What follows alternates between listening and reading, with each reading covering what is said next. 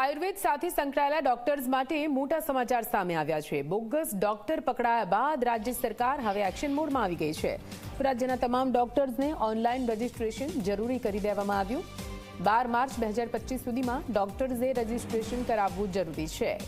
Registration નહીં કરે તો 5 લાખનો દંડ, કડક કાર્યવાહી કરવામાં આવશે। જો દંડ નહીં ભરે તો લાયસન્સ રદ કરવા સુધીની કાર્યવાહી કરાશે।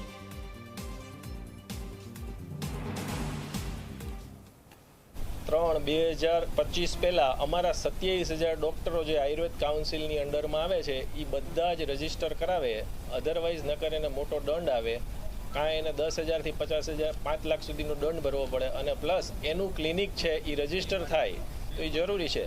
આમાં બે મુદ્દાઓ ખાસ છે ક્લિનિકના રજીસ્ટ્રેશનમાં। અત્યાર સુધી ડૉક્ટરનું રજીસ્ટ્રેશન થતું હતું, જેવી રીતે તમારી પાસે ડ્રાઇવિંગ લાઇસન્સ છે તો એ ડૉક્ટરનું રજીસ્ટર, એમ તમારું લાઇસન્સ છે, તમારી ગાડીનું લાઇસન્સ છે તો એ તમારે શું છે ક્લિનિક અમારું, એમ હવે ક્લિનિકનું રજીસ્ટ્રેશન સાથે અમે જ્યારથી ભણ્યા છીએ ફર્સ્ટ યરથી કોલેજમાં અમને એવું શીખવાડવામાં આવ્યું છે ચરકના સોગંદપૂર્વક કે તમારે પ્રેક્ટિસમાં સૌથી પહેલું પ્રાધાન્ય પેશન્ટને આપવાનું છે, પેશન્ટની જિંદગીને આપવાનું છે। એમાં અમારે જે કાંઈ આયુ અષ્ટાંગ પ્લસ ઇમરજન્સી જે કાંઈ ટ્રીટમેન્ટ કરવી પડે એ સારવાર કરવાની છે અને એની અંડરમાં અમને પહેલા વર્ષથી જ શીખવાડવામાં આવે છે। બોગસ ડૉક્ટર એટલે જનરલી જેની પાસે કોઈ પણ જાતની ડિગ્રી જ નથી। અમે માન્ય રજિસ્ટર્ડ ડૉક્ટરોમાં આયુર્વેદ, હોમિયોપેથી, એલોપેથી, યોગ, નેચરોપેથી અને બધી લેબોરેટરી, ડેન્ટિસ્ટ આ બધા જ ડૉક્ટરો છે એ અંડર ગુજરાત રાજ્યના રજિસ્ટ્રેશન ધરાવે છે। એના સિવાયના જે ડૉક્ટરો છે કે જે ક્યાંકથી ડિગ્રી લઈ આવ્યા છે એ બોગસ ડૉક્ટરો છે।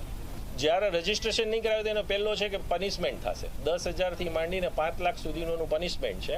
ત્યાર પછીના આગળના કડક પગલાં લેવામાં આવશે।